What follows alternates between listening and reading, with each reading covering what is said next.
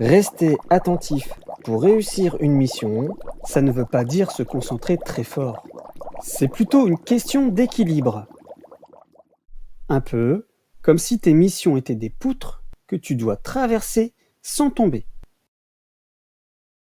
Il faut bien faire attention à ne pas être déséquilibré pour ne pas tomber. On appelle ça l'équilibre attentionnel. Je vais te présenter 3 familles de poutres. Chaque famille a 2 poutres. Il y aura donc en tout 6 poutres. Commençons par la première famille. C'est parti. En fonction de ta mission, à la maison, à l'école, cet équilibre attentionnel peut être court ou long. Tu restes attentif peu de temps si ta mission est courte.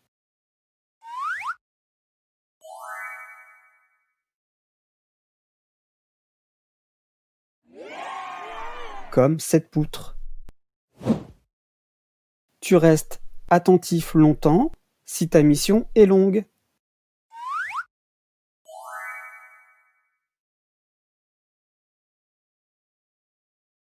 Comme cette poutre. Par exemple, si tu attrapes un ballon, tu restes attentif peu de temps ou longtemps?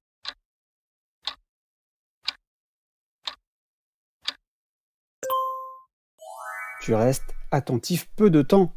La poutre est courte. Pour faire un jeu de société en famille, tu restes attentif peu de temps ou longtemps?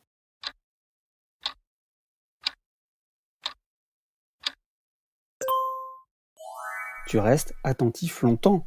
La poutre est longue. Voyons maintenant la seconde famille de poutres. En fonction de ta mission, l'équilibre attentionnel peut être facile ou difficile. Si tu connais bien ta mission, l'équilibre attentionnel est facile. La poutre est large. Tu ne tombes pas facilement.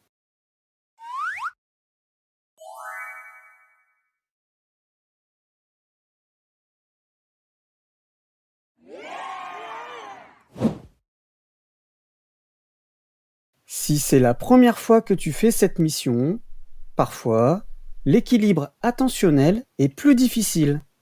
La poutre est étroite. Tu peux tomber plus facilement.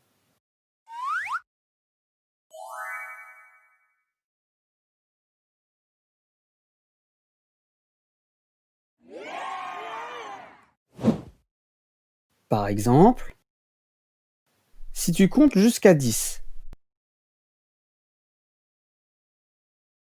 l'équilibre attentionnel est facile ou difficile?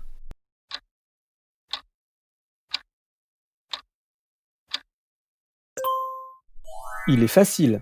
La poutre est large. Si tu comptes à l'envers,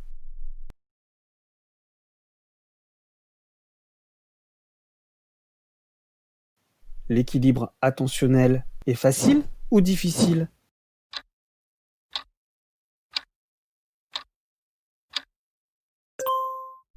Il est difficile. La poutre est étroite. Troisième et dernière famille de poutres. Enfin, en fonction de ta mission, l'équilibre attentionnel est plus ou moins important.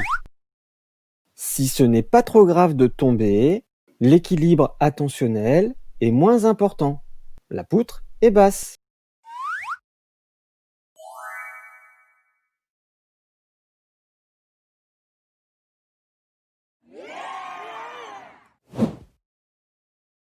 Si c'est embêtant de tomber, l'équilibre attentionnel est important. La poutre est haute.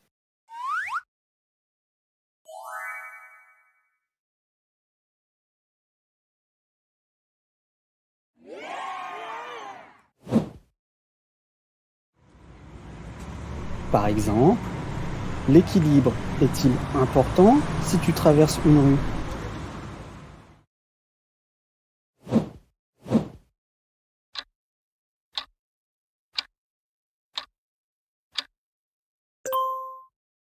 Oui, il est important, car sinon tu pourrais te faire renverser. La poutre est haute.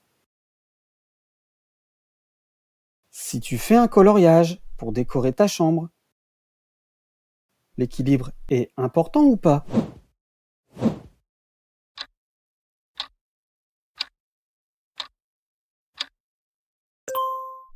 Il n'est pas très important, car si tu rates ton coloriage, tu peux en recommencer un autre. La poutre est basse.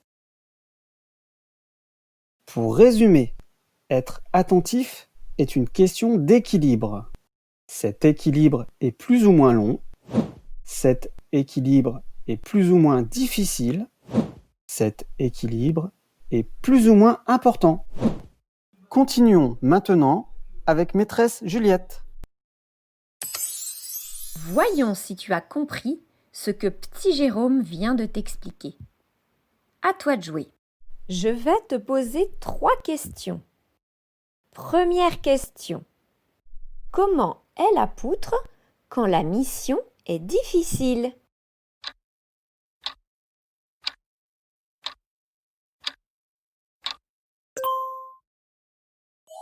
La poutre est étroite.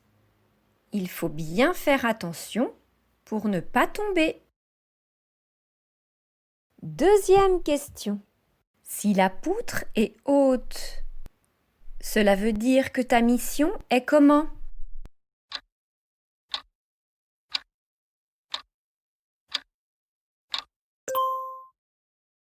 Ta mission est importante. Il ne faut pas tomber de la poutre. Troisième et dernière question. Essaye de retrouver les 3 familles de poutres que petit Jérôme t'a présentées. Indice, il y a 6 poutres en tout.